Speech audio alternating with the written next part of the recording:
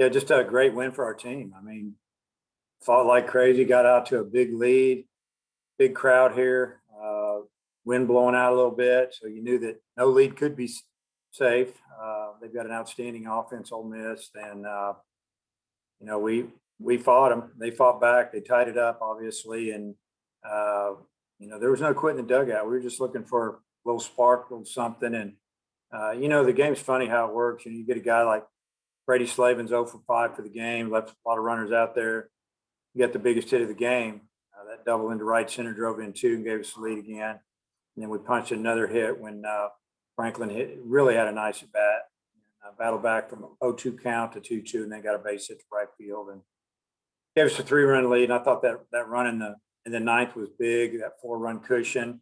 Was a little disappointed that we didn't score a few more runs there. Base loaded, no outs. We did not score any more, but it ended up being enough. So great job by Kevin Kopps coming in and giving us some hope at the end, and then finishing it up. Randy. Dave, have you ever been involved in a game that was that crazy? I mean, you have 11-0 lead, as you mentioned. They battle back, tied up. Have you ever been involved in a game as crazy as this one was today? I don't think so. I tried to remember during the game if I had been involved in a game like this, so I could maybe figure out how to handle it a little bit. And I just tried to stay calm and be positive.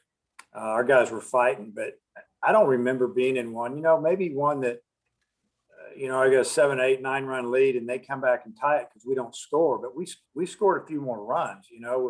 It's like we didn't just sit on 11; we got to 14, and next thing you know, it's 14-14.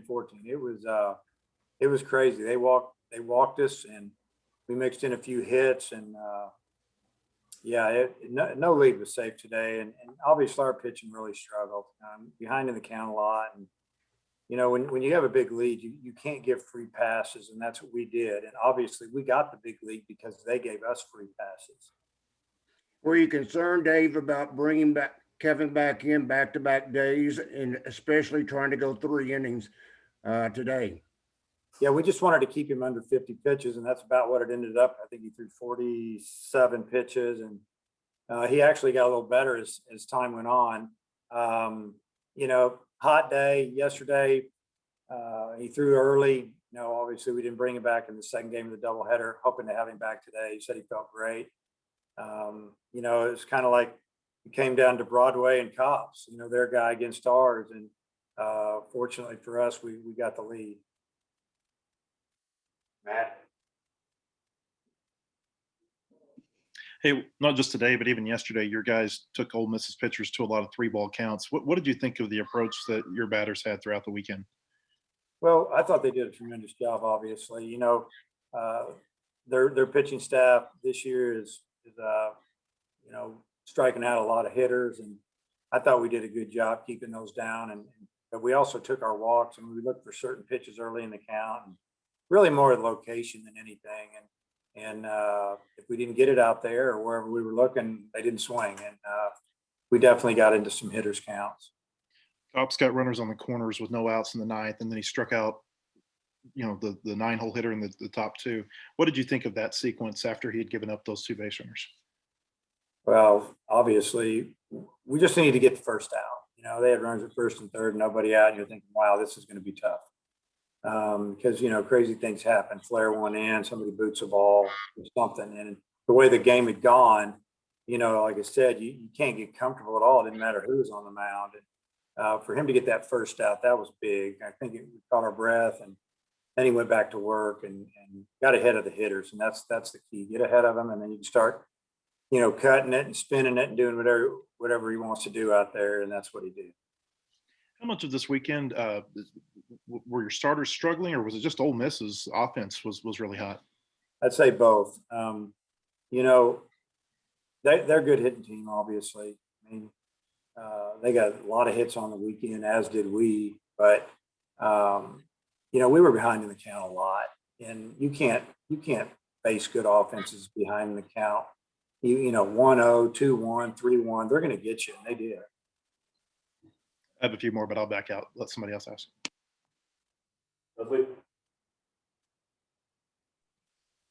Just your resilience of your guys. Just talk about that a little bit. I mean, could easily, even with the 11-0 lead when they came back, could easily fallen over, but just stayed up and kept at it.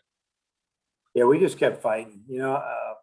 We've been doing this all season. I mean, we're just a little past the halfway point, and we fought back. We've had, we let some leads slip away and come back and won the game. So we've been through a lot. I don't think they get too rattled. I think everybody, obviously, when they scored those runs and tied it up 14-all, we're like, wow, how did that happen? And but just walked up and down the dugout and telling them, hey, it's fine. We got 2 innings left. The game's tied. Just win the last 2 innings and let's get out of here. And obviously, I think they walked the leadoff man and we got a big hit or whatever. But when we punched in those 3 runs, honestly, we felt like we were going to win the game no matter what.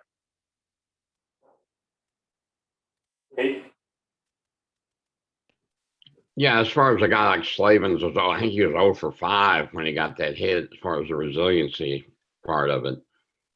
Yeah, he didn't have a good day yesterday, and he's 0 for 5 today, and it just wasn't going real good. But it just reminded me because we've talked about this before. It's not about what you've done before. You've got to stay positive. And I remember a couple of years ago when Heston Kjerstad was like 0 for 6 or 0 for 7 in an extra inning game at Auburn.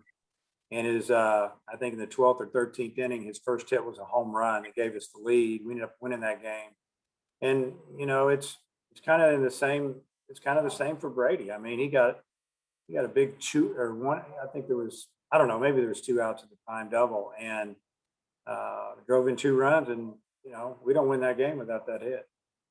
Also, while you got first place and everything going, how concerned are you about the starting pitching going into this next series? Yeah, I mean, we're all definitely concerned about the starting pitching. It's not giving up enough innings. We're having to get into our bullpen way too early.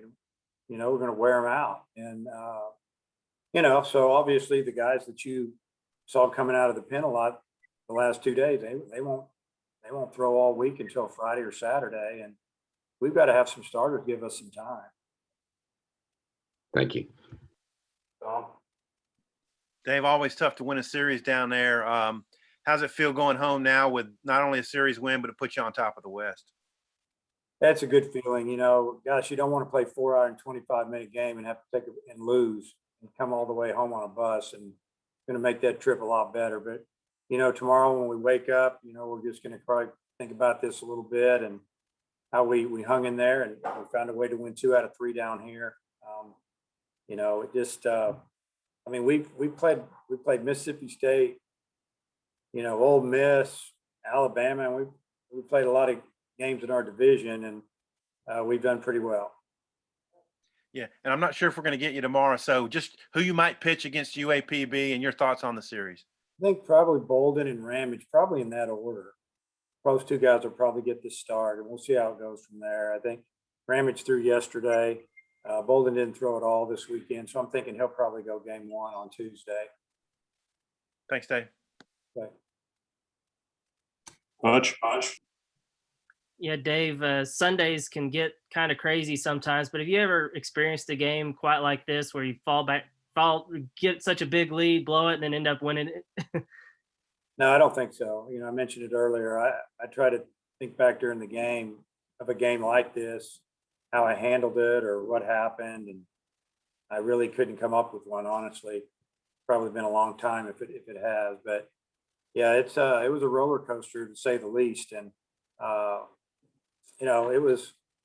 it's baseball. Sometimes it gets a little bit out of control, and just glad we punched in that last field goal, got that lead up there a little bit. I'm telling you, it's crazy. And then what did you think about the production at the bottom of your lineup today with Smith, Battles, and Webb? Just early in the game, I mean, that's where all the production was coming for the most part. They got us going, and 3-run home run by Smith hit the top of the center field wall and bounced over. I'm thinking, man, this is going to be our day. Got a little luck. The ball jumped off the fence and went out of the park, and it looked good when we were up 11-0. But honestly, you could tell that the way the ball was carrying here, that we couldn't give up a big inning, and we did. And sure enough, all of a sudden it's 11-5, and we knew that we had our hands full. Perfect. Tom, you have anything else? Dudley? All right, Nate, finish this off. I'm good. Yeah, Dave, I was just checking on Zach Gregory. Is there any news on him? Yeah, a little bit of a hamstring pull. I mean, he could have pinch hit today and just kind of jogged the first, but as far as going full speed, I don't see him. I hope he's ready for A&M. I don't know though. We'll see. So good to see Webb have a good day, hit a home run, took a walk, scored 3 runs. But yeah, Gregory, the only thing he'd have done for us, maybe lay down a bunt or swing the bat. That was about it. All right. Thanks for your time, guys. Okay. See you guys.